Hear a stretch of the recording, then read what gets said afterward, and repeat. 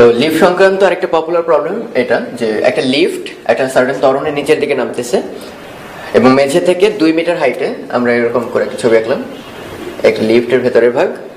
হ্যাঁ, তো এটা হচ্ছে লিফটের মেঝে, এখান থেকে 2 মিটার উচ্চতা থেকে একটা বলকে ছেড়ে দেওয়া হবে। এই পুরো লিফটটা নামতেছে হচ্ছে 4.8 মিটার পার সেকেন্ড স্কয়ার ত্বরণে, যার নাম দিলাম আমি এফ। ওকে, তো এখানে খেয়াল করে দেখো কোয়েশ্চেনে বলছে যে মেঝেতে আঘাত করতে কত টাইম লাগবে। লিফটটা যদি স্থির হতো তাহলে তো কোনো ব্যাপার না, 2 মিটার নামতে half GT square half GT square করে টাইমটা বের করে ফেলতে পারতাম, বাট এখানে সেটা হবে না। তো তার আগে আমরা একটু জেনে নিই যে এখানে কিন্তু লিফটের আদিবেগটা দেওয়া নেই, মানে এই মোমেন্টে তার ভেলোসিটি কত যখন বলটা ছাড়া হলো। ওকে, তাহলে এই মোমেন্টে আমরা ধরে নিলাম লিফটের ভেলোসিটি হচ্ছে ইউ নিচের দিকে। তো ওই সময় লিফটের অবস্থিত যা কিছু, আমি দাঁড়ানো, আমার হাতে যে বলটা ধরা, সবকিছুই হচ্ছে কি ইউ আদিবেগের নিচের দিকে নামতেছে। তাহলে বলের আদিবেগটাও কত? ইউ। তো খেয়াল করে দেখো বলটা যে মোমেন্টে তুমি ছেড়ে দিছো লিফটটা কিন্তু তখন বন্ধ না, লিফট তখনও নামতেছে নিচে। সো বলটা পড়তে থাকবে জি ত্বরণে, মেনওয়াইল লিফটটাও কিন্তু নিচে নামতে থাকবে এবং লিফট নামবে কত ত্বরণে? অবশ্যই জি না, এফ ত্বরণে। তাহলে আমরা আশা করতে পারি বল যতক্ষণে নামতেছে নিচের দিকে ততক্ষণে লিফট আরো এইচ পরিমাণ নিচে চলে গেছে। ফলে মেঝে কিন্তু এখন আর 2 মিটার উচ্চতায় না, 2 প্লাস এইচ মিটার। তার জন্য তার মানে এই বলটাকে আসলে অতিক্রম করতে হবে 2 প্লাস এইচ, এই সরণটুকু, আর লিফটটা যাচ্ছে শুধু এইচ পরিমাণ। তাহলে আমরা লিখতে পারি 2 প্লাস এইচ, এটা অতিক্রম করে বল কত আদিবেগ নিয়ে? ইউ আদিবেগ নিয়ে। তাহলে u t plus half g t square. Plus কেন? কারণ দেখো জি ত্বরণ অলওয়েজ নিচের দিকে এবং ইউ নিচের দিকে, তাহলে সবকটা ভেক্টর একই দিকে, ফলে সবকটার চিহ্ন একই হবে। প্লাস হলে সব প্লাস, মাইনাস হলে সব মাইনাস। আর লিফটের ক্ষেত্রে কি হবে? সেই এফ ত্বরণ নিয়ে এইচ পরিমাণ নামছে, তাহলে এইচ ইকুয়াল টু আদিবেগ ছিল ইউ অতএব u t plus half f t square. সে কিন্তু জি ত্বরণে নামতেছে না, 4.8 এ নামতেছে। তাহলে আমার কনসার্নটুকু এই যেহেতু আমার ধরা রাশি, দুইটা বিয়োগ করে ফেললাম, থাকলো 2, ইউটি ইউটি কাটা, যেহেতু বলের আদিবেগ এবং লিফটের আদিবেগ সেম ছিল, তাহলে পরে থাকলো হাফ জি ভ্যালু আমরা জানি, এফ তার ভ্যালু আমরা জানি, টি স্কোয়ার। তাহলে সলভ করে তোমরা এখান থেকে টি এর ভ্যালুটা পেয়ে যাবে। তো এটা লিফট সংক্রান্ত আরেকটা প্রবলেম। তো বলা আছে যে 5 মিটার পার সেকেন্ড বেগে একটা লিফট উপরের দিকে উঠতেছে সমবেগে ত্বরণ নেই এখানে, তাহলে এটা হচ্ছে 5 মিটার পার সেকেন্ড উপরের দিকে যাচ্ছে লিফটটা। তো এই সময় কি হলো যে হঠাৎ করে একটা স্ক্রু খুলে পড়লো। সাপোজ এখানে একটা স্ক্রু ছিল, সেই স্ক্রুটা খুলে পড়ে গেছে। তো একটু খেয়াল করে দেখো, খুলে পড়ে যাওয়া বা ছেড়ে দেওয়া এগুলো বলতে আমরা বুঝতাম যে আদিবেগ শূন্য, কিন্তু খেয়াল করে দেখো এখানে কিন্তু আমরা সবসময় ধরে নিই যার হাত থেকে পড়ে গেছে সে কিন্তু নিজে স্থির, ফলে তার সাপেক্ষে বস্তুটা আদিবেগ শূন্য থেকে যাত্রা শুরু করছে এবং জি ত্বরণে বেগ বাড়তেছে। বাট এখানে কিন্তু অলরেডি সে আছে লিফটের ভেতরে, ফলে লিফটের সাথে টাচ করা সব বস্তুর এখন আদিবেগ কত? 5। তাহলে আমরা যারা পৃথিবীতে আছি অবশ্যই এই জিনিসটা কিন্তু অনেকেই ভুলে যাই। এখানে একটা গাছ আছে এবং আমরা যারা পৃথিবীতে বসে দেখতেছি তারা দেখবো যে লিফট এবং তার সাথে সাথে স্ক্রুটাও কত বেগ নিয়ে উপরে উঠতেছে, 5 মিটার পার সেকেন্ড। যেই মুহূর্তে খুলে পড়ে গেল কাইন্ড অফ ছেড়ে দেওয়া বস্তু, তাহলে সে কিছু দূর উপরে উঠবে গতি জড়তা, তারপর উপরে উচ্চতায় গেলে কি সর্বোচ্চ উচ্চতায় বেগ 0, এরপর আবার নামা শুরু করবে। ওকে, তাহলে আমরা আশা করতে পারি কি এটা থার্ড কেস না? থার্ড কেস এই জন্য আদি উচ্চতা থেকেও নিচে নেমে যায়। তাহলে আমরা অলরেডি পড়ছিলাম মনে আছে, উপরের দিকে ছড়ে মারছে এবং নিচে নামছে আদি উচ্চতার চেয়েও নিচে, ফলে এইচ কোন দিকে? নিচের দিকে। জি অল দ্য টাইমস কোথায়? নিচের দিকে। ইউ কোন দিকে? উপরের দিকে। ফলে ফর্মুলাটা কি ছিল? H equal to minus u t plus half GT square. কারণটা কি? জি এবং এইচ এর ডিরেকশন একই, ফলে এদের আগে চিহ্ন সেম, এটার আগেও প্লাস, এইচ এর আগেও প্লাস, আর ইউ যেহেতু অপোজিট ডিরেকশনে এটার আগে মাইনাস। ওকে, আর ভেলোসিটি সবসময় উপরের দিকে ছুড়ে মারলেই হলো ইউ মাইনাস জিটি। এটা ডিরেকশন ডিফাইন করা হচ্ছে টাইম। টাইম যদি অনেক বেশি হয় তাহলে অ্যান্সার আসবে নেগেটিভ এবং মিন করবে বস্তুটা নিচে যাচ্ছে, আর টাইম যদি অনেক কম হয় তাহলে বুঝতে হবে বস্তু স্টিল উপরের দিকে যাচ্ছে। তো ওকে, আমাদের ফর্মুলেশন শেষ, এবার আরেকটু অঙ্কে আসি। সেটা হচ্ছে বস্তুটা একটু উপরের দিকে উঠে তারপর নিচে নামবে, থার্ড কেস আমরা বুঝতে পারছি। বাট লিফটের ক্ষেত্রে কি হবে? লিফট কিন্তু এই 1.5 সেকেন্ড বসে থাকবে না, কারণ সে অলরেডি 5 মিটার পার সেকেন্ড সমবেগে উপরের দিকে উঠতেছে, তাহলে 1.5 সেকেন্ডে সে সমবেগে আরো উপরে উঠবে। তাহলে আমরা ধরে নিচ্ছি লিফটের নতুন অবস্থান হচ্ছে এই ডটেড অবস্থানটা, তার মানে লিফটের মেঝেটা কিন্তু আসলে আরো এক্স পরিমাণ উপরে উঠে গেছে আমরা ধরে নিচ্ছি। এবং সেই এক্স সমান কি হবে? সিম্পলি এস ইকুয়াল টু ভিটি, সমবেগের যে ফর্মুলা, এবং সেই ভি কত? 5, এবং টাইমটা কত? 1.5 সেকেন্ড। তাহলে এস ইকুয়াল টু ভিটি থেকে পাচ্ছি লিফট কতটুকু উপরে উঠবে, আর এদিকে বস্তুর জন্য কত নিচে নামবে? এইচ, এবং সেই এইচ এর ফর্মুলা আমরা ওখানে লিখে দিয়েছি। সেই h equal to minus u t, আদিবেগ হচ্ছে 5, টাইম হচ্ছে 1.5 plus half g t square, টাইমটা হচ্ছে 1.5 সেকেন্ড। তাহলে এই h এবং x হচ্ছে 5 × 1.5। এই x পরিমাণ উপরে লিফট চলে গেছে, h পরিমাণ নিচে স্ক্রু নেমে গেছে, ফলে তাদের মধ্যে আসলে গ্যাপ কত সেটাই জানতে যাচ্ছে। দেখো ওই মুহূর্তে লিফট এবং স্ক্রুর মধ্যবর্তী গ্যাপ কত, সেই গ্যাপটা তাহলে আমরা বুঝতে পারতেছি h + x। সেটা কিভাবে বের করতে পারি, এই দুটো যদি যোগ করে দাও তাহলে h + x, এখানে আসতেছে -5 × 1.5, এখানে +5 × 1.5, তাহলে থাকলো হাফ g, দ্যাট ইজ 9.8, এটা টাইম হচ্ছে 1.5 স্কয়ার। এখানে তোমার x এর ভ্যালু বের করার দরকার নেই, কারণ এই পুরোটা মিলে হচ্ছে গ্যাপ, ওদের মাঝখানে গ্যাপ। তাহলে একটা প্রশ্ন অ্যান্সার শেষ। আরেকটা বলছে যে 1.5 সেকেন্ড পরে স্ক্রুর বেগ কত, সেটা আমরা অলরেডি জানি, v = u - gt। তাহলে এখানে বেগ হবে, আদি বেগ ছিল 5, g হচ্ছে 9.8 আর টাইম হচ্ছে 1.5 সেকেন্ড। অ্যান্সার যদি নেগেটিভ আসে বুঝবা নিচের দিকে যাচ্ছে স্ক্রুটা এখন, আর যদি পজিটিভ আসে বুঝতে হবে এই মোমেন্টে সে উপরের দিকে আছে। নিক্ষিপ্ত বস্তুর এটা আরেকটা সুন্দর প্রবলেম। এই একটা অঙ্কের মধ্যে বেশ কিছু কনসেপ্ট তোমাদের ক্লিয়ার হবে। যে একটা বালক ব্রিজের উপর দাঁড়িয়ে, সাপোজ এই হচ্ছে ব্রিজ, লোকটা এখানে, তো সেই ব্রিজের উপর দাঁড়িয়ে 20 মিটার/সেকেন্ড বেগে উপরের দিকে একটা বল নিক্ষেপ করছে। এই বলটা সে 20 মিটার/সেকেন্ড বেগে উপরে ছুঁড়ে মারছে। তো পানির সারফেসটা এই যেখান থেকে ছুঁড়ে মারছে তার থেকে 10 মিটার গভীর, এখানে হচ্ছে পানির সারফেস। তো কোয়েশ্চেন করছে সর্বোচ্চ উচ্চতা কত। তো উপরে নিক্ষিপ্ত বস্তুর ক্ষেত্রে সর্বোচ্চ উচ্চতা আমরা জানি, নাম্বার 1 h = আমরা জানি u²/2g। এখানে আদি বেগ দেওয়া আছে 20 মিটার/সেকেন্ড, তার মানে এখানে 20² / 2 × 9.8। এটা সলভ করলে তোমরা পাবা। সেকেন্ড কোয়েশ্চেন খেয়াল করো, নিক্ষেপের কতক্ষণ পর পানি টাচ করে। তাহলে আমরা এটা কোন কেস বলতে পারো, উপরের দিকে ছুঁড়ে মারছো ব্রিজ থেকে, কিন্তু পড়ছে কিন্তু পানির সারফেসে, তার মানে এটা কিন্তু থার্ড কেস, মানে উপরে ছুঁড়ে মারছো, আদি উচ্চতা ক্রস করেও নিচে নেমে আসছে, ফলে এইচ হবে আদি থেকে শেষ নিচের দিকে, জি হবে অলওয়েজ নিচের দিকে, কিন্তু আদি বেগ ছিল উপরের দিকে, ফলে কেস কিন্তু h = -ut + ½ g² এবং এর কারণে আমরা অনেকবারই বলছি h এবং g একই দিকে, u হচ্ছে অপোজিট দিকে, তাই u এর চিহ্নটা অপোজিট। তো h এখানে কত দেখতে পাচ্ছি 10, আদি থেকে শেষে সরণ কত দূরত্ব অতিক্রম করে আসছে এটা কিন্তু মাথা ব্যথার কারণ নেই, আদি এবং শেষ এর মাঝখানে সরলরৈখিক গ্যাপটা কত। তো u হচ্ছে 20, টাইম আমরা জানি না, বের করব 9.8 t²। এটা সলভ করলে তোর টাইম পেয়ে যাবে যে পানির সারফেস টাচ করতে কত টাইম লাগবে। এবার দেখো 3 নম্বর কোয়েশ্চেন, যে যদি 20 মিটার/সেকেন্ড বেগে উপরের দিকে এতক্ষণ ছুঁড়ে মারছিল, তা না করে বলটাকে যদি 20 মিটার/সেকেন্ড বেগে অনুভূমিক ভাবে নিক্ষেপ করে হরাইজন্টালি, তাহলে কতক্ষণ লাগবে। তো খেয়াল করে দেখো, অনুভূমিক ভাবে নিক্ষেপ করলেও আসলে সে কত মিটার নিচে নামে, সে কিন্তু নামে 10 মিটার। হ্যাঁ, তাহলে 10 মিটার নিচে নামলে এখানে টাইম কিন্তু ডিফাইন করে একমাত্র হরাইজন্টাল বেগ না, একমাত্র ভার্টিক্যাল বেগ।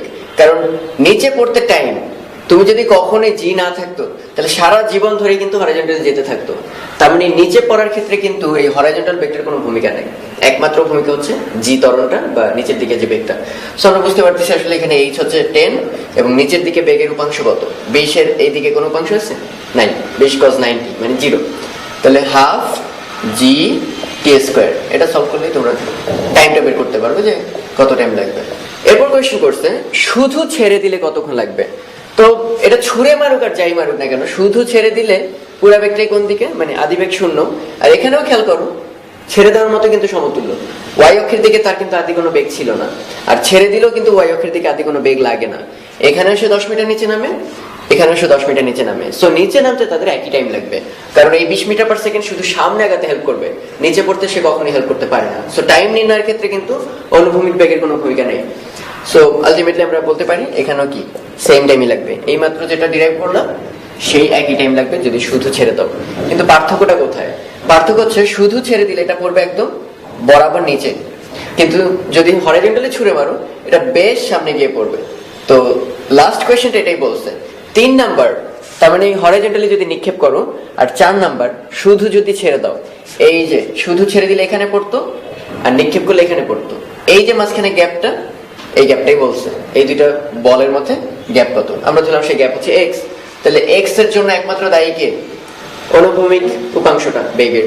সো s = vt, কারণ ওখানে কোনো ত্বরণ নেই, তাহলে ফর্মুলা হচ্ছে s = 20, আর নিচে পড়তে যে টাইম লাগছে সেই টাইমটা আমরা একটু আগে বের করে নিছি। এই গ্যাপটুকুই হবে শুধু ছেড়ে দেওয়া এবং হরাইজন্টালি নিক্ষেপ করার মাঝখানের গ্যাপ। তো তোমরা যারা আগের ভিডিওতে কেস স্টাডিগুলো দেখেছিলে যে একটা পরন্ত বস্তু গতভাবে হতে পারে, যে আমি নিচের দিকে নিক্ষেপ করব বা উপরের দিকে ছুঁড়ে মারবো, অথবা আমি যে দিক থেকে ছুঁড়ে মারলাম আমার হাত ক্রস করে আরো নিচে নেমে যাবে। এই যে আমরা 3টা কেস স্টাডি করেছিলাম, এই একই কথাগুলো প্রযোজ্য দ্বিমাত্রিক গতির ক্ষেত্রেও।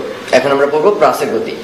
তো প্রাসের গতির ক্ষেত্রে যেটা হয়, যেটা একটা দ্বিমাত্রিক গতি, তার মানে অ্যাট দ্য সেম টাইম তার দুইটা উপাংশ থাকে, এক্সেও থাকে ওয়াইতেও থাকে। কিন্তু এতদিন আমরা যে নিক্ষিপ্ত বস্তু পড়ছি সেগুলো সব কিন্তু ওয়াই ডিমেনশনে ছিল, মানে একটা মাত্র ডাইমেনশন বা মাত্রা। তো এই জন্য আমরা যে ফর্মুলাগুলো শিখছি, h equal u t plus half GT square or minus half GT square, এই ফর্মুলাগুলো শুধুমাত্র একটা মাত্রায় খাটবে, একটা রেখা বরাবর খাটবে। কিন্তু এখানে তো সব এরকম ভেক্টর মতো দ্বিমাত্রিক, তাহলে আমাদের টেনশনের কোনো কারণ নেই। আমাদের ডিউটি হবে শুধুমাত্র সবকিছুকে এক মাত্রায় নিয়ে আসা। কিভাবে সেটা সম্ভব?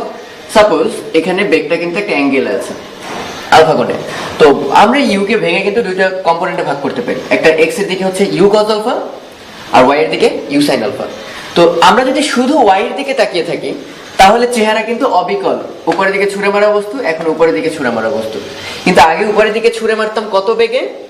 ইউ বেগ নিয়ে, বাট এখন ছুঁড়ে মারতেছি কিন্তু কমপ্লিট ইউ বেগে না, তার একটা সার্টেন উপাংশ ইউ সাইন আলফা বেগে।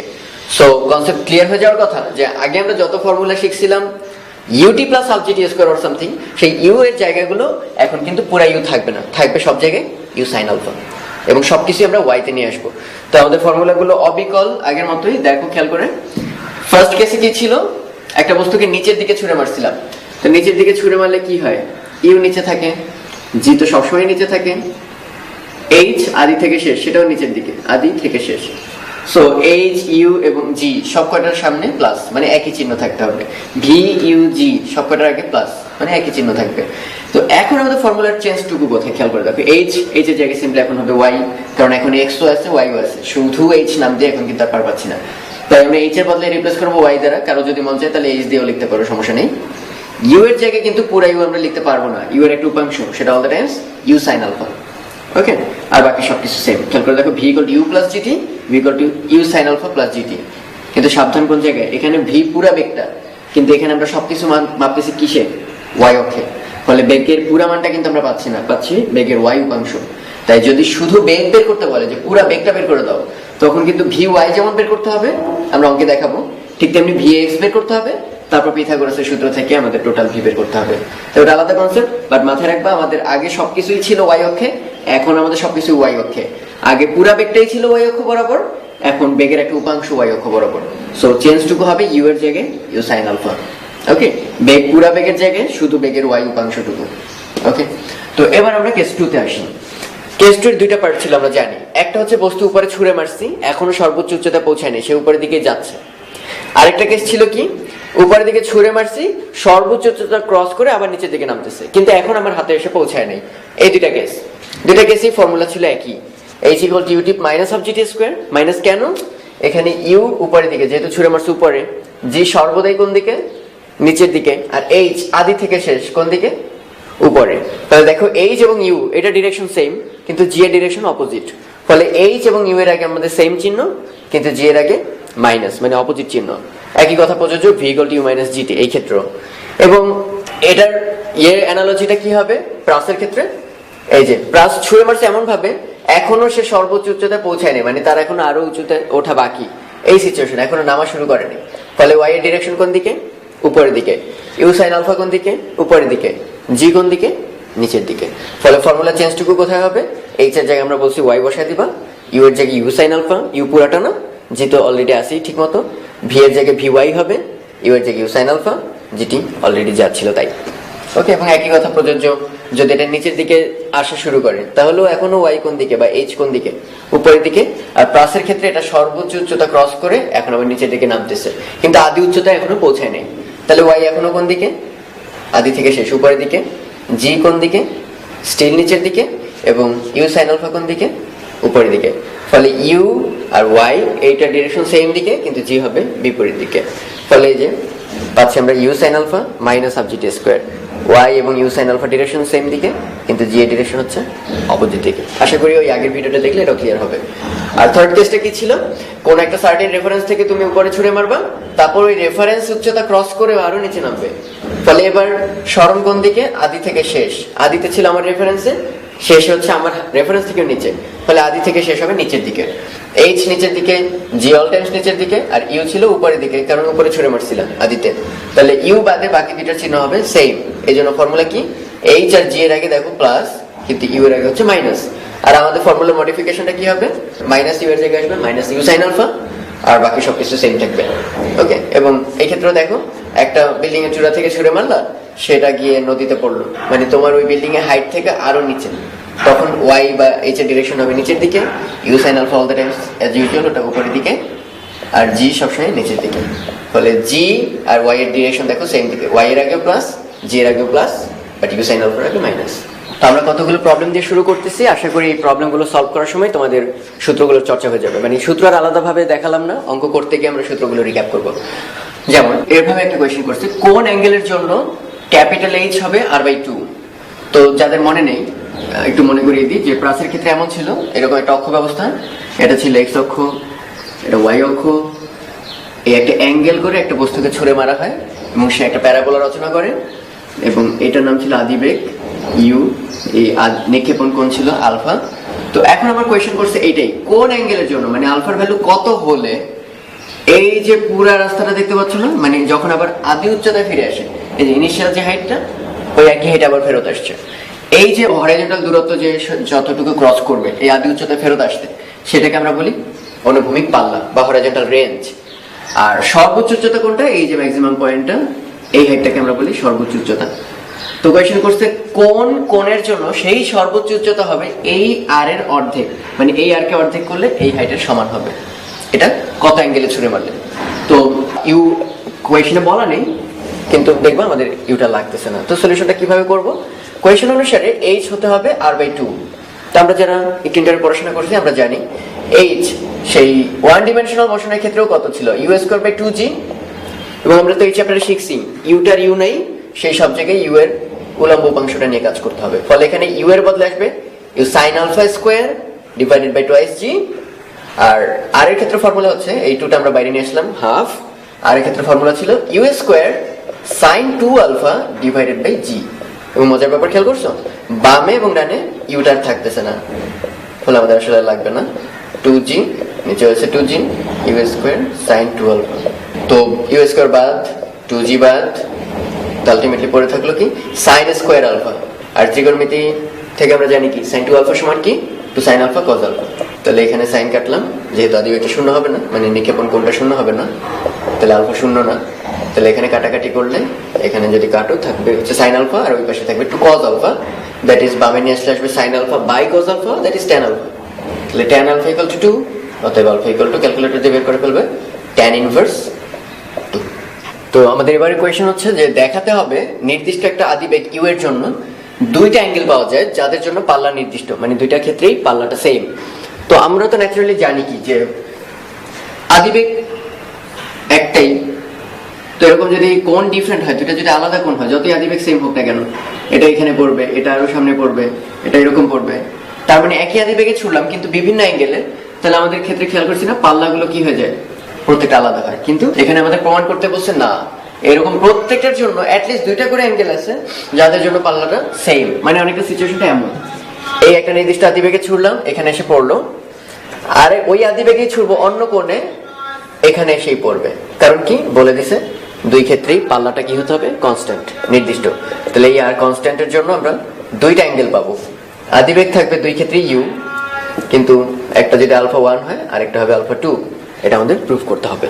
তো পাল্লার রাশিমালা থেকে আমরা কি জানি, পাল্লা আর ইকুয়াল টু হবে u square sine 2 alpha divided by g. তো যাদের মনে আছে একটু খেয়াল করে দেখো তো, সেই যে আমরা পড়তাম এখানে আমরা একটু পক্ষান্তর করে নিলাম, R g by u square equal to sine 2 alpha. তো ত্রিকোণমিতি একটু মনে করে নিই, দেখবো সাইন 2 আলফার একটা ফর্মুলা ছিল 2 tan alpha divided by 1 plus tan square alpha. Okay, তো আমরা একটু পক্ষান্তর করলাম যে R g by u square plus R g by u square tan square alpha equal to 2 tan alpha.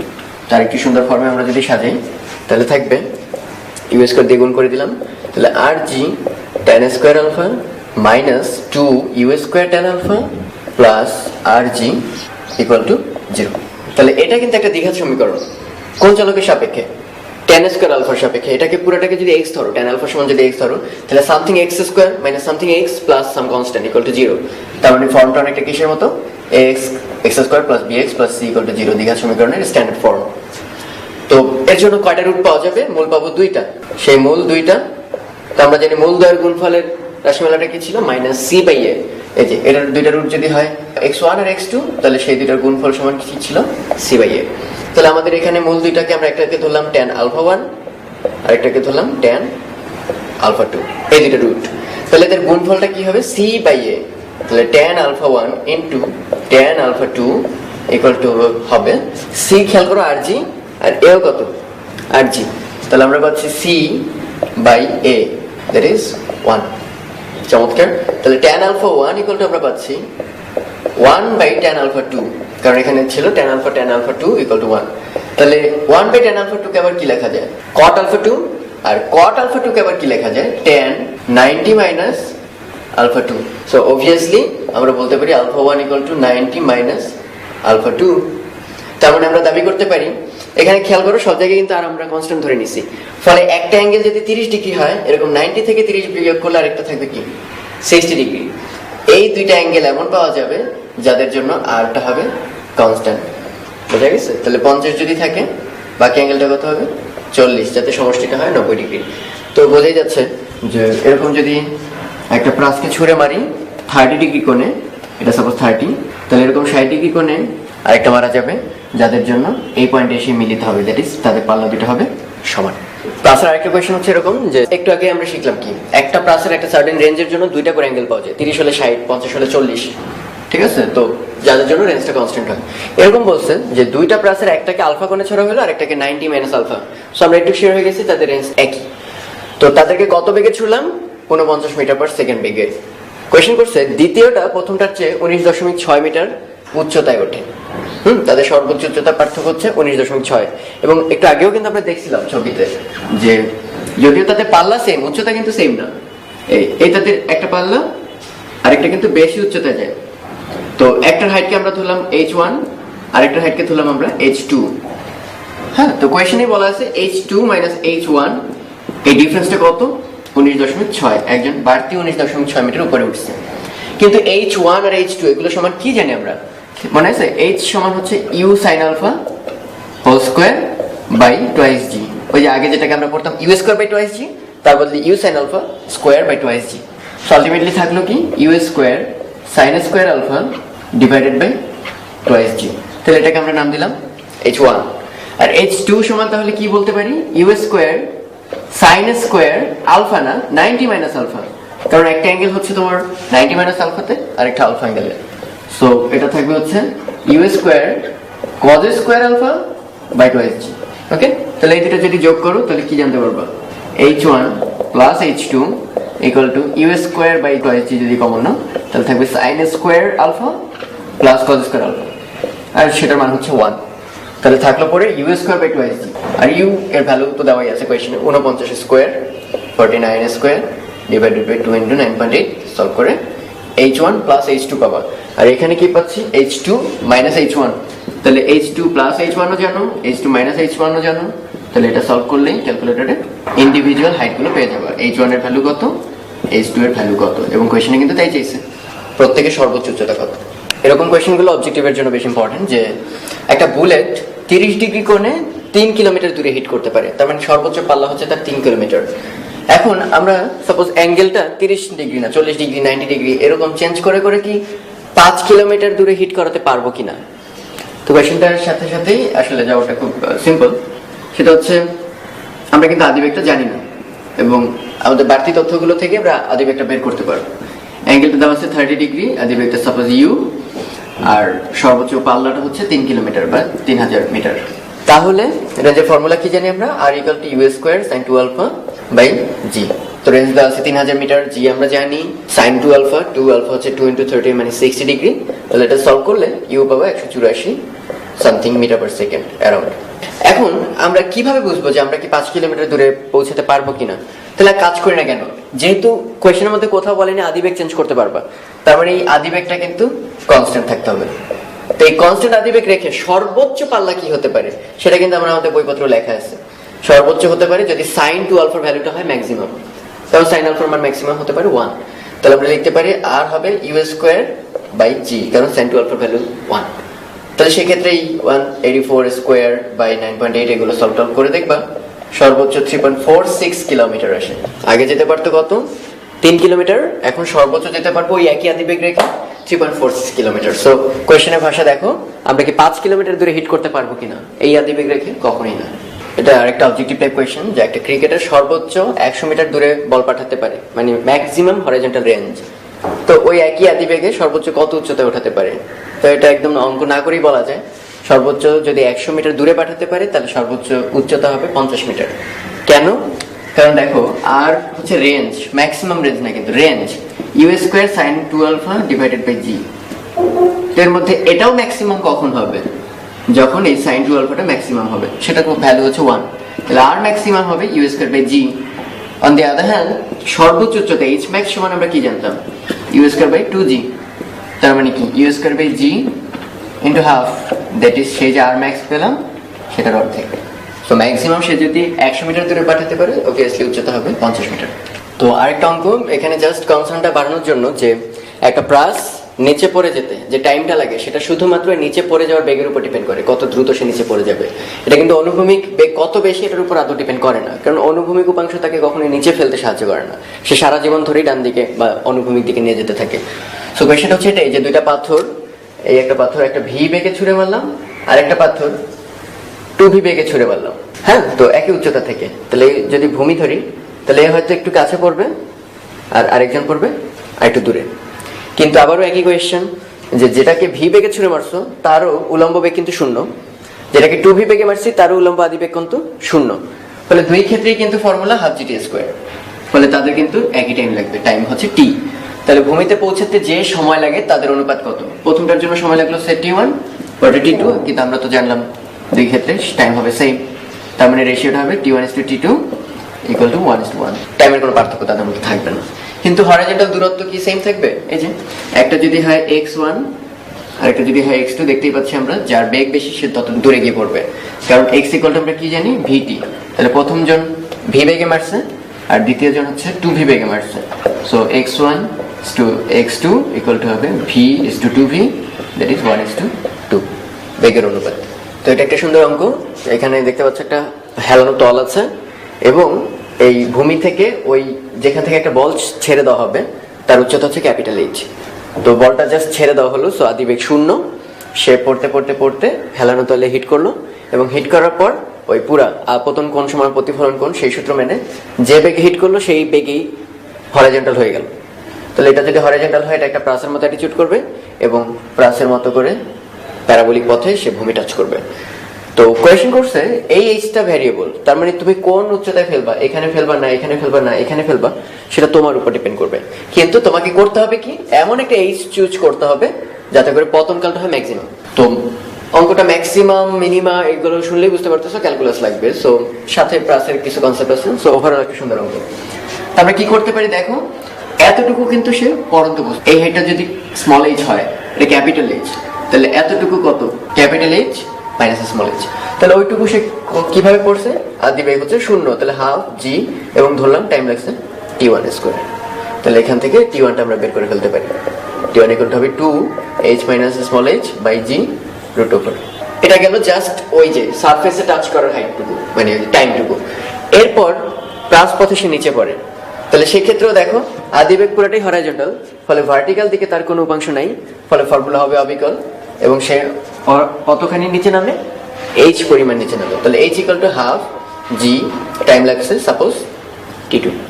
তাহলে এখান থেকে t2টাও সলভ করে বের করতে পারি 2h বাই জি এর রুট। তাহলে টোটাল টাইম, টোটাল পতনকালটা কত? পতনকাল সাপোজ আমি নাম দিলাম t, সেটা হবে t1 প্লাস t2। তাহলে t1 তো জানলাম আমরা ওখান থেকে, root over 2 capital H minus small h divided by g, আর এখানে জানতে পারলাম 2 small h by small g. তো এই হচ্ছে টোটাল পতনকাল, এবং আমরা ভ্যারি করতে পারবো কোনটাকে? এই হাইটটাকে, এটা আমাদের উপর। ফলে আমাদের করতে হবে কি আসলে? আমাদের করতে হবে এই পতনকালটা যাতে ম্যাক্সিমাম হয়। তাহলে হাইটের রেসপেক্টে তাকে যদি ডিফারেন্সিয়েট করি এবং সেটা যদি 0 বসে, তাহলে আসলে আলটিমেটলি পাবো কোন হাইটের জন্য ম্যাক্সিমাম টাইম লাগবে। তাহলে এখান থেকে ডিফারেন্সিয়েট করলে দাঁড়াবে 2 বাই জি, এটা রুট, তারপর থাকবে হচ্ছে root over that is 1/2 root h minus h, এটাকে ডিফারেন্সিয়েট করলে আরেকবার -1 আসবে, আর ওই ক্ষেত্রে রুট ওভার 2/g এটা কনস্ট্যান্ট, রুট h কে করলে 1/2 রুট h। তো এটা যদি শূন্য হয় তাহলে এই কনস্ট্যান্টটা কাটা যাবে, তাহলে থাকবে পরে 1/2 কাটা যাবে, রুট h ইকুয়াল টু আসবে 1/রুট over capital H minus small h, এবং দেখতেই পাচ্ছ এই মাইনাসটা ওই পাশে গেলে প্লাস হয়ে যাবে। তাহলে এটাকে যদি স্কোয়ার করো আলটিমেটলি থাকবে h সমান ক্যাপিটাল H মাইনাস h, বা 2h equal to capital H, অতএব h ইকুয়াল টু হতে হবে h/2। দ্যাট ইজ এই যে পুরো হাইটটা আছে এটার যদি অর্ধেকে তুমি ফেলো, দ্যাট ইজ এইটুকু যদি হয় h/2, এই hটা যদি এটা সমান হয় তখন দেখা যাবে এই টাইম প্লাস এই টাইম মিলে সবচেয়ে বেশি টাইম লাগতেছে অন্য যে কোনো উচ্চতার তুলনায়। তো এটা বেশ বিখ্যাত এবং একটা মজার প্রবলেম যে একটা গাছের উপর একটা বানর আছে এবং তুমি ওই বানরকে লক্ষ্য করে, মানে স্ট্রেট লাইন, সাপোজ এই অ্যাঙ্গেলটা হচ্ছে থিটা, এই থিটা কোণে তুমি বানরকে শুট করবে স্ট্রেট লাইনে। তো হিট করার সময় যখনই তুমি বুলেটটা মানে ট্রিগারটা চাপলা তখন একটা সাউন্ড হলো বুলেটের, এবং ওই সাউন্ডটা শোনা মাত্র আমরা ধরবো এখানে হিউজ স্পিডে পাইছে, সাউন্ডের ভেলোসিটি অনেক বেশি, ফলে ওই টাইমটা নিয়ে আমাদের টেনশন নেই আপাতত। তো সাউন্ড পাওয়া মাত্রই বানরটা হাত ছেড়ে দেবে ভয়ের চোটে। তো যখন হাত ছেড়ে দেবে বানরটা কি ফ্রি ফল না, মুক্তভাবে পড়ন্ত বস্তু, জি এর প্রভাবে সে নিচের দিকে পড়তে থাকবে, সে নিচে নামতে থাকবে। আর এদিক থেকে বুলেটটা কিন্তু একটা অ্যাঙ্গেলে ছুড়ে মারা হয়েছে, সো 2D মোশন বা প্রাসের গতি, তাহলে সে কি হবে এরকম প্যারাবোলিক পথে যেতে থাকবে, অন দি আদার হ্যান্ড বানরটা এরকম খাড়া নিচে পড়তে থাকবে। তো কোয়েশ্চেন হচ্ছে এই বুলেটটা কি ওই বানরটাকে হিট করবে কিনা। তো এটা প্রমাণ করা আসলে মানেটা কি, মানেটা হচ্ছে এই, আমরা একটা সার্টেন টাইম নেব, সেই টাইমে আমরা দেখলাম বুলেটটা এইখানে চলে আসে, ওকে, এবং সেই উচ্চতাটাকে আমরা ধরলাম h1, এই যে মাটি থেকে এই উচ্চতায় বুলেটটা আসে। আর ওদিক থেকে আমরা ওই টাইমের মধ্যেই বানরটা কোথায় নামে আমরা সেটা চেক করব। হ্যাঁ, আমরা ধরলাম সেই বানরটা নামে কত h2। তো এরপর যদি কোনোভাবে দেখতে পাই এই h1 প্লাস h2 এই যে দূরত্বটা, সেটা এই পুরো গাছের হাইটটা ক্যাপিটাল H, তাহলে এটা কি মিন করে? এটা মিন করে এই h1 আর h2 এরপর আদৌ আর কোনো দূরত্ব বাকি থাকে না, তার অর্থ হচ্ছে অবশ্যই এটাই মিন করে ও যতটুক নামছে ও অতই উপরে শুট করছে, ফলে দুইজন কোইনসাইড করছে। কিন্তু যদি কখনো এমন হয় h1 প্লাস h2 দুইজন মেলার পরও আর একটু বাকি থেকে যায়, ওটা h এর চেয়ে ছোট, তার অর্থ কি বানরটা এখান থেকে এখানে আসছে আর বুলেটটা এইখানে আসছে, ফলে এই গ্যাপটুকু কিন্তু তাদের মধ্যে রয়ে যাবে, বানরটাকে শুট করবে না। আর কখনো যদি দেখা যায় h1 প্লাস h2 এটা গ্রেটার দেন h, তার অর্থটা কি বুলেটটা এই উচ্চতায়, বানরটা আরো নিচে। এটার অর্থ কি হবে? এর অর্থ হবে এমন, বানরটা এখান থেকে এইখানে চলে আসছে, এটুকু হচ্ছে h1 আর এতটুকু হচ্ছে h2, এই দুটা যোগ করলে কিন্তু টোটাল হাইটের চেয়েও বাড়তে একটা অংশ রয়ে যায়, এই এতটুকু কিন্তু দুইবার যোগ করা হইতেছে। সো বোঝাই যাচ্ছে যে এই ক্ষেত্রেও বানরটা নিচে নেমে যাবে, বুলেট উপরে যাবে, সো আলটিমেটলি তাদের মধ্যে কোনো মিট হবে না। আর ওই ক্ষেত্রে বানরটা উপরে থাকবে, বুলেট নিচে থাকবে, ওই ক্ষেত্রেও তারা কোইনসাইড করবে না। একমাত্র যদি দেখাতে পারি h1 plus h2 capital H এর সমান, তখন বুঝতে হবে এরা একই জায়গায় মিলে গেছে। তা আমাদের এখন ওইটি টার্গেট থাকবে প্রমাণ করা। তো আমরা এই হরাইজন্টাল দূরত্বটাকে ধরে নিলাম x, তাহলে এই যে এই ট্রায়াঙ্গেলটা হচ্ছে একটা সমকোণী ত্রিভুজ, এখান থেকে বুঝতে পারতেছি tan থিটা হবে লম্ব বাই ভূমি h/x, এটা আমরা শুরুতে বের করে নিলাম। এবার খেয়াল করে দেখো যে h2 কত, free fall, so half gt square, আর এই একই টাইমে সে কত উচ্চতায় উঠছে, সো h1 ইকুয়াল টু হবে আদি বেগ যদি u ধরি তাহলে u sin alpha t minus half gt square. এই কেসগুলো তোমরা আরেকবার চেক করে দেখো কারো কনফিউশন লাগলে। তাহলে টোটাল তারা কত যায় আমরা একটু চেক করে দেখি। h1 plus h2 equal to half gt square কাটা, that is u sin alpha into t। আবার প্লাসের অনুভূমিক দূরত্ব ফর্মুলা থেকে আমরা কি জানি, x হবে অনুভূমিক দিকে বেগ, that is u cos alpha into time, তাহলে এখান থেকে আমরা পাচ্ছি t equal to x by u cos alpha। তো এটা আমরা যদি এখানে বসাই দিই তাহলে থাকবে u sin alpha into x by u cos alpha, that is x tan alpha। কিন্তু tan alpha সমান আবার আমরা কি জানি, capital H by x, that is h by x, এবং যা আসার কথা ছিল আসলে আমরা আশা করছিলাম কি নাম জানি না, বাট এটা কি প্রমাণ করে? এটা প্রমাণ করে বুলেট এর শব্দ শোনার সাথে সাথে বানর যদি হাত ছেড়ে দেয় তাহলে সর্বদাই এটা বানরকে হিট করবে। এবং সবচেয়ে মজার ব্যাপার, এটা কাল্পনিক ভাবে সত্য, বাস্তব ক্ষেত্রে হয়তো অনেকের কনফিউশন লাগতে পারে যে এমন যদি হয় গাছ এখানে এবং বুলেটটা অনেক দূরে, হ্যাঁ, তখন দেখা গেল বুলেট প্রাস অতিক্রম করতে করতে এখানে এসে থামলো, তাহলে তো বানরকে আর কখনোই সে পাবে না, কারণ বানর সর্বোচ্চ কোথায় পড়তে পারে? মাটিতে। আর বুলেট তো আরো আগেই পড়ে গেছে, তাহলে এটা কেমন কথা? সব ক্ষেত্রে তো সত্যি না, কিন্তু এটা কিন্তু থিওরিটিক্যালি সত্যি। খেয়াল করে দেখো, এখানে বানরটা এ পড়তে থাকবে, যদি থিওরি বলে এখানে কোনো মাটি না থাকে, তাহলে এই প্রাস পথে এটা কি নিচে নামতে থাকবে, আর এদিক থেকে বানরটা কিন্তু এখানে নেমে আসবে। তো আলটিমেটলি থিওরিটিক্যালি কিন্তু সবসময় আসলে বানরটাকে হিট করবে। এটা বেশ সুন্দর একটা কোয়েশ্চেন, যে একটা বল হরাইজন্টালি 2.76 মিটার পার সেকেন্ড বেগে সিঁড়ি থেকে গড়িয়ে পড়তেছে। তো হরাইজন্টালে পড়লে তো আমরা জানি প্রাস পথে পড়বে।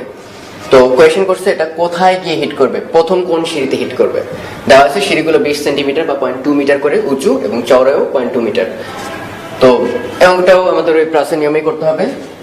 আমরা ধরে নেব যে প্রথম n-তম ধাপে হিট করে, সিঁড়ির মধ্যে যে n-তম সিঁড়ি ওটাতে হিট করে। তাহলে এখানে খেয়াল করে দেখো, 1 নাম্বার ধাপে যদি হিট করে তাহলে এখানে কি 20 সেন্টিমিটার চলে গেছে, 2 নাম্বার ধাপে গেলে 2 × 20 সেন্টিমিটার পরিমাণ চলে গেছে।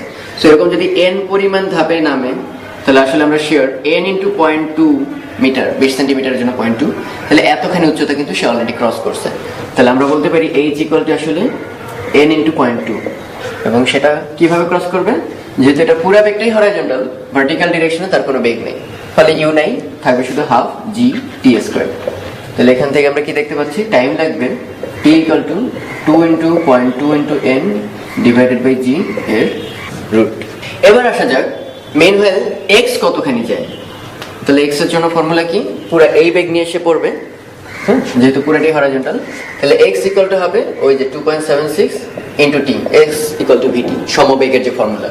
তাহলে এখান থেকে আমরা টিটা বসিয়ে দিই, 2.76 × √2 × 0.2 × n / g।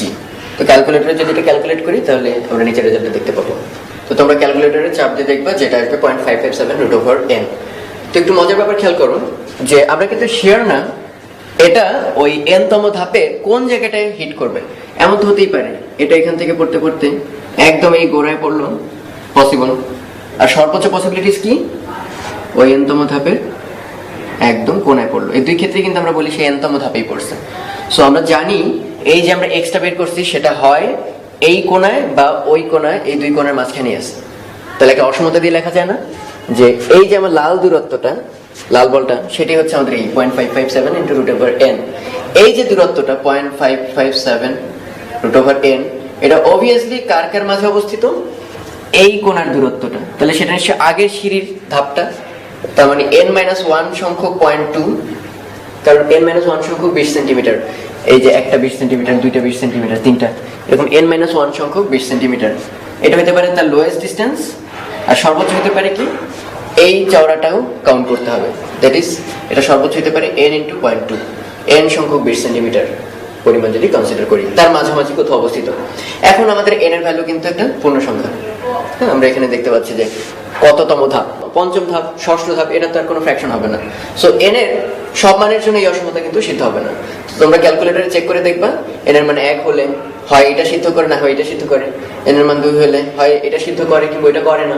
তো এরকম করতে করতে n এর ভ্যালু যখন 8, তখন দেখতে পাবো প্রথম এই অসমতাটা সিদ্ধ হয়, দ্যাট ইজ এই মানটা এই মানের চেয়ে ছোট হয়। তাহলে বোঝা যাচ্ছে যে অষ্টম ধাপে গিয়ে for the first time hit করবে। তো এটা একটা স্পেশাল অঙ্ক, যে একটা প্রাসের সর্বোচ্চ উচ্চতায় বেগ দেওয়া আছে এভাবে, যে একটা প্রাস, এটা তার সর্বোচ্চ উচ্চতা, ক্যাপিটাল H ধরলাম। এই সর্বোচ্চ উচ্চতায় যে হরাইজন্টাল বেগটা থাকে সেই বেগের নাম দিছে v1। এবং এই বেগটা কি বলছে? এইটার যে অর্ধেক উচ্চতা যখন ছিল, এই পয়েন্টে যখন ছিল প্রাসটা, সেই উচ্চতায় বেগ হচ্ছে v2।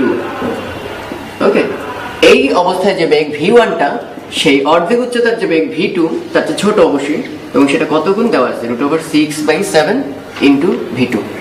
এই ডাটা দেওয়া আছে, কোয়েশ্চেন করছে এই যে আদি নিক্ষেপণ অ্যাঙ্গেলটা হতে হবে কত, প্রমাণ করতে হবে 30 ডিগ্রি। সেটা তো আমরা সর্বোচ্চ উচ্চতার ব্যাপার স্যাপার জানি অলরেডি, এবং তার অর্ধেক হাইট মানে এই হাইটটা কত হবে? সর্বোচ্চ উচ্চতা / 2। তো সর্বোচ্চ উচ্চতার আমরা কি ফর্মুলা জানি? h = u² sin² θ0 / 2g। আর তার অর্ধেক উচ্চতা দ্যাট ইজ h/2 হলে ডান পক্ষে 2 দিয়ে ভাগ দিই, তাহলে u² sin² θ0 / 4g। তো এখন একটু খেয়াল করে দেখো যে, তো এইখানে যে বেগটা সেটা বের করার জন্য আমরা জানি প্রাসের ক্ষেত্রে দ্বিমাত্রিক বেগ তো আমরা প্রথমে বের করি v2y, মানে y অক্ষে বেগ কত। তাহলে আমরা জানি ভি স্কোয়ার সমান ইউ স্কোয়ার মাইনাস 2gh। তাহলে ইউ হবে কি u square sine square theta naught, মানে ভি স্কোয়ার সমান ইউ স্কোয়ার মাইনাস 2gh/2। তাহলে এখান থেকে কি পাচ্ছি u square sine square theta naught minus 2g, আর h/2 সমান হচ্ছে u square sine square theta naught divided by 4g। তাহলে কাটাকাটি করলে দাঁড়ায় এখানে একটা থেকে আধাটা বিয়োগ, তার মানে আসলে u square sine square theta naught divided by 2। তো এখন তো এটা বের হলো জাস্ট y অক্ষের উপাংশ, আর x অক্ষের উপাংশ তো আমরা জানি x অক্ষের উপাংশ কি, সেটা কখনোই চেঞ্জ হয় না। আদিতে যেটা থাকে ইউ cos থিটা, সেটা সারা জীবন ধরেই চেঞ্জ হয় না, কারণ ওখানে যে কোনো উপাংশ নেই। ফলে এটা সবসময় থাকবে ইউ cos থিটা। তাহলে আমরা পাচ্ছি কি v2x square equal to u square cos square theta. তাহলে টোটাল বেগের বর্গ কি হবে, 2 নাম্বার পজিশনে v এর স্কোয়ার হবে v2x স্কোয়ার প্লাস v2y এর স্কোয়ার। তাহলে হবে মোট বেগ, এবং এটা আমরা যদি মান বসাই দিই তাহলে এখানে দেখতে পাচ্ছ u square cos square theta, এখানে দেখতে পাচ্ছি আমরা u square sine square theta, কিন্তু এটা অর্ধেক। সো আলটিমেটলি থাকবে হচ্ছে আমরা এইভাবে লিখতে পারি half u square cos square theta plus half u square cos square theta. এভাবে কেন লিখলাম, হাফ ইউ স্কোয়ার মিলে এবং হাফ ইউ স্কোয়ার মিলে হবে u square cos square theta, plus ওইখানে আছে half u square sine square theta. Okay, এগুলো সব নট। তাহলে এই যে half u square cos square theta, এই half u square sine square theta মিলে হবে ইউ স্কোয়ার বাই 2, কারণ sine square plus cos square মিলে 1, আর ওদিকে থাকতেছে u square by 2 cos square theta. এই হচ্ছে লাস্ট ভার্সন। এটা গেল ওই পজিশনে বেগ। কিন্তু এটার সাথে v1 এর একটা সম্পর্ক দেখতে পাচ্ছি আমরা, খেয়াল করে দেখো v1 কি হরিজন্টাল বেগ না, তার মানে v1 হচ্ছে ইউ cos থিটা নট। এটা কোনো সন্দেহ ছাড়াই আদি বেগের যে হরিজন্টাল কম্পোনেন্ট এটা কখনোই চেঞ্জ হয় না, সেটা যে পজিশনে যাক না কেন তার অনুভূমিক বেগটা সেম থাকবে। আর মাত্র আমরা দেখতে পেলাম যে v2 স্কোয়ার ইকুয়াল টু সেই যে u square by 2 plus u square by 2 cos square theta naught. তাহলে v1 স্কোয়ার কি হবে u square cos square theta naught. এদের মধ্যে সম্পর্কটা কি, সম্পর্ক এখান থেকে খেয়াল করো, v1 সমান √6/7 ইন্টু v2। তাহলে স্কোয়ার করে আমরা কি পাই v1 square by v2 square equal to 6/7, বা 7v1 square equal two 6v2 square. তাহলে এখানে দেখো v1 স্কোয়ারের রাশিমালা দেওয়া আছে, v2 স্কোয়ারের রাশিমালা দেওয়া আছে, এটা জাস্ট ইনসার্ট করে দিলে থাকছে। তাহলে 7v1 স্কোয়ারের জায়গায় হবে u square cos square theta nought, আর 6v2 স্কোয়ারের জায়গায় পুরোটা হবে u square by 2 plus u square by 2 cos square theta nought. তো মজার ব্যাপার দেখো, উভয় পাশ থেকে ইউ স্কোয়ার কাটা, এরকম সলভ করবা, সামথিং একটা আসবে, সেটা সলভ করলে দেখতে পাবা এটা নট সমান হবে 30 ডিগ্রি। তো এটা আরেকটা টাফ কোয়েশ্চেন, যে এই যে একটা বল দেখতে পাচ্ছ লাল রঙের, এটা এই উচ্চতা থেকে ছেড়ে দিলাম, এখানে থিটা অ্যাঙ্গেলে বাঁকানো একটা হেলানো তল আছে, এবং সেই এই উচ্চতা থেকে ছেড়ে দেওয়া বলটা এখানে হিট করছে, হ্যাঁ, এই যে এই তলের সাথে যে লম্ব তার সঙ্গে আবার থিটা কোণে ডিফ্লেক্টেড হয়ে এই যে আপতন কোণ সমান প্রতিফলন কোণ করে ওইখানে একটা স্পর্শক বরাবর বেগ পাইছে। তাহলে কি ঘটবে আসলে, এখানে হিট করবে, লাস্টে যে বেগটা পাইছে ওই বেগে ইলাস্টিক ধাক্কা খেয়ে আবার সেই ভি বেগেই প্রত্যাবর্তন করবে, মানে এখানে কোনো লস হবে বলে আমরা ধরতেছি না। তার মানে এখানে শেষ বেগ, ওইখানে আদি বেগ, এই দুটো সমান। তাহলে এখানে ধাক্কা খেয়ে বাউন্ড এরকম বাউন্সার দিল। তাহলে আমার কোয়েশ্চেন হচ্ছে এইটাই, যে প্রথম যখন বাউন্সটা খাবে এইখানে হিট করছে এবং বাউন্স খেয়ে সেকেন্ড বাউন্সটা দেবে বি পয়েন্টে, এই এ আর বি পয়েন্টের মধ্যে ডিস্টেন্সটা কত। তো এটা একটু প্রাসের মতো দেখতেই পাচ্ছ, কমপ্লিট প্রাস, কিন্তু আগেরগুলোর থেকে ঝামেলাটা কোথায়, আগে আমরা যত প্রাস পড়ছি সেগুলো সব কিন্তু হরিজন্টাল ছিল, এখানে প্রাসটাই আছে একটা ট্যারা তলে। সো আমাদের মেইন কাজটাই হবে এই তলটাকে সোজা করা। তো সোজা করলেই তো চলবে না, পুরো সিস্টেমটাকে ধরে রোটেট করতে হবে, তাহলে এখানে যা যা প্যারামিটার আছে সব কিন্তু রোটেট হয়ে যাবে। তা একটা উদাহরণ দিয়ে বলি, এইখানে যেমন জি কাজ করতেছে, সে কোন একটা মুহূর্তে বলের পজিশন এখানে, তাহলে এখানে জি কাজ করবে কোন দিকে, সবসময় খাড়ে নিচের দিকে। এখন আমরা এই পুরো সিস্টেমটাকে যদি সোজা করে আলোচনা করি কোনো আপত্তি থাকবে না কারণ, তাতে কোনো ভেরিয়েশন ঘটবে না কোনো প্যারামিটারে। তাহলে এই যে থিটা আছে সেটাকে আমরা এই হেলানো তলটাকে ধরে ফ্ল্যাট করে দেবো, তাহলে আসলে আমরা পুরো সিস্টেমটাকে কত অ্যাঙ্গেলে ঘুরেছি, থিটা কোণে। ফলে চেহারাটা দেখতে পাবে এরকম, এটা কি এই তলটা চলে আসছে এইখানে, এই তল আরো বাঁকায় নিচে চলে আসছে, এই অ্যাঙ্গেলটা থিটা, এবং এই যে দেখতে পাচ্ছ এই প্রাসটা আমরা হেলাইলাম এই কারণেই যাতে প্রাসটা এখন আমাদের কাঙ্ক্ষিত প্রাসের মতো দেখতে হয়। এখানে কত বেগ ছিল ভি, ফলে এই বেগটা হবে ভি। এইখানে জি ছিল খাড়ার নিচে, যেহেতু থিটা কোণে রোটেট করছো, তাহলে আলটিমেটলি জি কিন্তু আর সোজা নেই, ফলে জি হয়ে যাবে এরকম তির্যক, এবং সেটা কত, এটার সাথে থিটা কোণে সরে আসবে, যেহেতু পুরো সিস্টেম থিটা কোণে সরছে। ফলে এবার নিচের দিকে উপাংশ হবে জি কস থিটা, আর হরাইজন্টাল আরেকটা উপাংশ থাকবে জি সাইন থিটা। ফলে দেখো আমাদের পরিচিত ফর্মুলাগুলো কিন্তু ম্যাক্সিমাম চেঞ্জ হয়ে গেছে। চেঞ্জ হয়েছে কেন? এর আগে শুধুমাত্র জি থাকতো খাড়া নিচের দিকে, তার বদলে এখন আসছে জি কস থিটা। আর আগের দিকে অনুভূমিক দিকে কোনো ত্বরণ থাকতো না, বাট এখন কিন্তু আমাদের ত্বরণ আছে জি সাইন থিটা। সেই যে আমরা বাতাসে বাধা মুক্ত ধরতাম এবং জি এর কোনো উপাংশ এক্স অক্ষের দিকে নাই, এই যে অ্যাজাম্পশন গুলো এখানে কিন্তু ভুল হয়ে যাবে। ফলে এই অঙ্কটা আগের চেয়ে একটু মোর জেনারেলাইজড আর একটু কষ্টকর। তো একটু খেয়াল করে দেখো, এই অ্যাঙ্গেলটা থিটা, এটাও তাহলে থিটা, ওভারঅল 90, তাহলে এই অ্যাঙ্গেলটা কত হবে 90 মাইনাস থিটা। তাহলে এই অ্যাঙ্গেলটা আমরা এখানে নিয়ে আসছি, তাহলে এই অ্যাঙ্গেলটা হবে 90 মাইনাস থিটা। তাহলে 90 মাইনাস থিটা হলে এই অ্যাঙ্গেলটার অনুসারে ভি এর এই দিক উপাংশ হবে v cos 90 minus theta, that is v sine theta. আর উপরের দিকে এতদিন ছিল ভি সাইন থিটা, তার বদলে হবে ভি কজ থিটা। তো এখন আমাদের পুরো সিস্টেমটা আমাদের জানা আছে, তাহলে আমরা যেভাবে আগে অঙ্ক করতাম সেভাবেই করি। তবে তার আগে দেখো, বলটাকে কিন্তু এই উচ্চতা থেকে ছেড়ে দেওয়া হয়েছিল, তাহলে এটা একটা পরন্ত বস্তু, তাহলে তার জন্য শেষ বেগ কি হবে, ভি স্কোয়ার ইকুয়াল টু আদি স্কোয়ার মানে ইউ স্কোয়ার প্লাস 2gh। তোমার একটা ফর্মুলা অলরেডি পেয়ে গেলাম, ভি স্কোয়ার সমান 2gh এই ক্ষেত্রে। আর শুধু তাই না, এই যে আদি উচ্চতা থেকে গেল, উঠলো এবং আবার আদি উচ্চতায় ফেরত আসলো, ফলে ওয়াই অক্ষের টোটাল সরণ ঘুরছে কত, আদি থেকে আদিতেই ফিরে আসছে, তো কোনো সরণ নেই। সেটা সমান কত লেখা যায়, ওয়াই অক্ষ বরাবর, ওয়াই অক্ষের কোন দিকটা আছে, ভি কস থিটা। তাহলে আমরা জানি ওয়াই সমান কি, ইউ স্কোয়ার মাইনাস 2gh বা ut minus half GT square. তাহলে আমরা লিখতে পারি v cos theta t ut minus half g t square. তো এটা যেহেতু শূন্য, উভয় পক্ষ থেকে টি কাটলে আমরা পাচ্ছি v cos theta equal to half g t. Okay, তো এখান থেকে খেয়াল করে দেখি টি সমান আসতেছে 2 ভি কস থিটা বাই জি। এটা কিন্তু আবার অবাক হয়েও না যে আমরা এতদিন পড়তাম পর্যায়কাল বা পুরো বিচরণকাল হবে 2 ইউ সাইন থিটা বাই জি বা ভি সাইন থিটা বাই জি। এখানে কস কেন আসলো দেখতে পাচ্ছ, এখানে অ্যাঙ্গেলটা কিন্তু থিটা না, 90 মাইনাস থিটা, এবং আমরা কিন্তু ওখানে সাইন থিটা কেন নিতাম কিন্তু উলম্ব উপাংশ। আমাদের এখানে উলম্ব উপাংশটাই কত, ভি কস থিটা, এই জন্য উপরে ঠিকই কিন্তু এখনো 2 উলম্ব উপাংশ বাই জি এই ফর্মটাই চলে আসছে। ফলে এখন আমরা অ্যাপ্রোচ করতে পারি, বের করতে বলছে কি এ বি, সেই এ বিটাই আমাদের এই ছবিতে এই এ এই বি, দ্যাট ইজ আসলে পাল্লা না। তো পাল্লার ফর্মুলা আগে যেমন লিখে দিতাম, এখন সেটা লিখতে পারবো না। কেন তো বলতে পারবা, আগে কিন্তু আমরা যখন পাল্লা করতাম তখন অনুভূমিক দিকে কোনো ত্বরণ ছিল না, ফলে আমরা সিম্পলি লিখতাম আর ইকুয়াল টু এক্স অক্ষের উপাংশ বেগের ইনটু টাইম। বাট এখন কিন্তু সেটা লিখলে চলবে না, এখন আবার লিখতে হবে সেই ইউটি প্লাস হাফ এটি স্কোয়ার, সেই ত্বরণটাই হবে এখানে জি সাইন থিটা।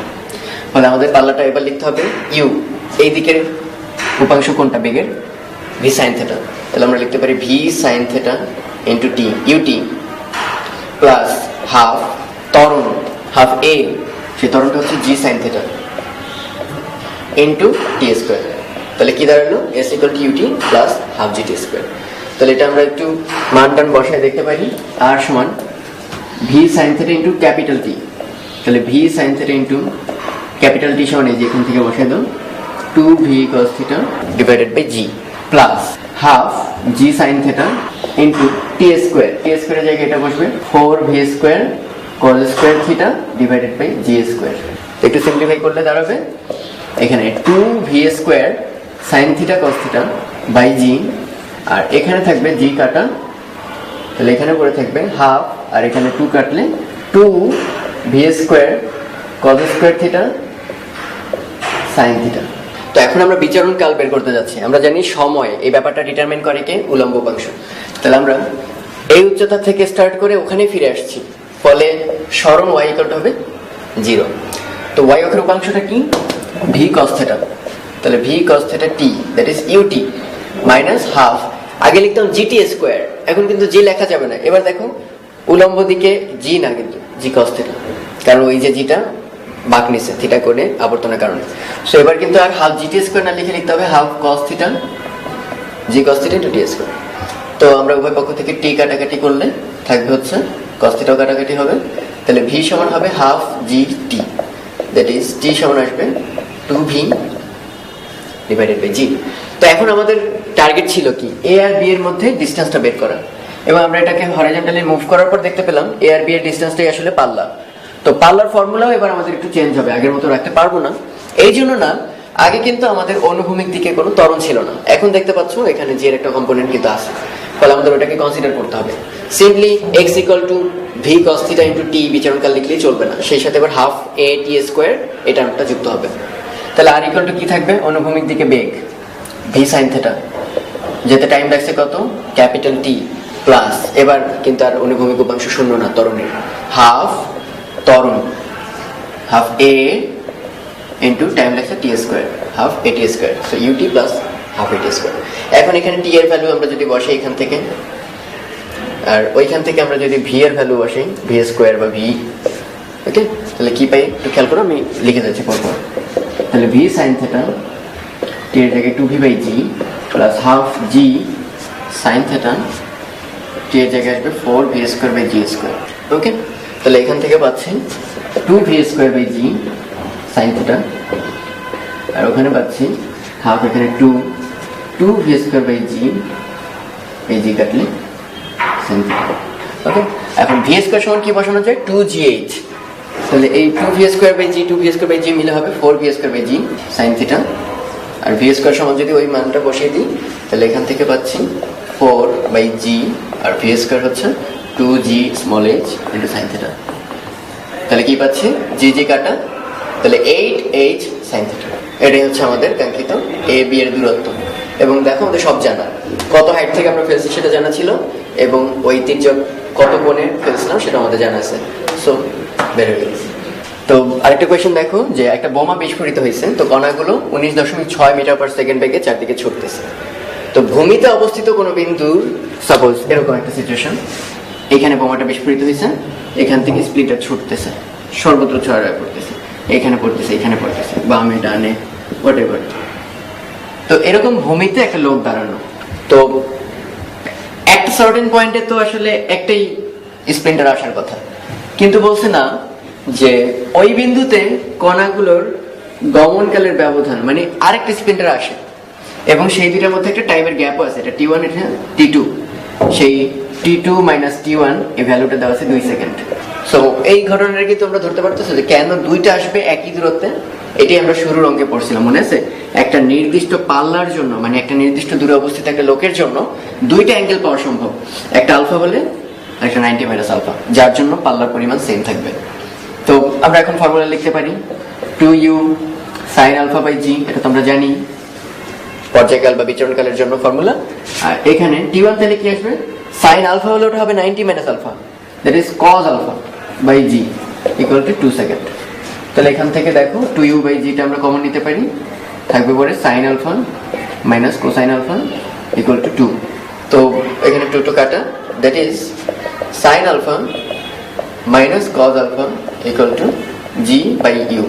ওকে, ইউ দেওয়া আছে 19.6, আর জি তো আমরা জানি 9.8, হোল স্কোয়ার করে দিই, তাহলে থাকবে কি sin square alpha plus cos square alpha minus 2 sin alpha cos alpha, তার মানে sin square alpha plus cos square alpha হচ্ছে 1 মাইনাস 2 sin আলফা cos আলফা হচ্ছে sin 2 আলফা।